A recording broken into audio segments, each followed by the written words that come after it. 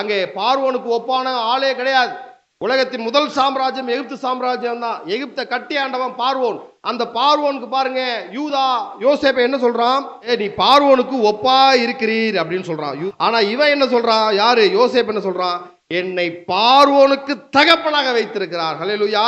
யூதா அவனை சொல்றான், நீ பார்வோனுக்கு ஒப்பா இருக்கிற. இல்ல இல்ல, நான் பார்வோனுக்கு தகப்பனா இருக்கிறேன், அவனுடைய குடும்பத்தாருக்கு நான் கர்த்தனா இருக்கிறேன் அப்படின்னு சொல்றான். எப்படி? முத்திரை மோதிரம் உள்ளே இருக்கிறது.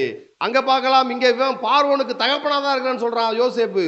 ஆனா மோசே ஒருபடி மேல போய் தேவன் மோசேயை சொல்றாரு, உன்னை நான் பார்வோனுக்கு தேவனாக வைத்தேன். ஹல்லேலூயா.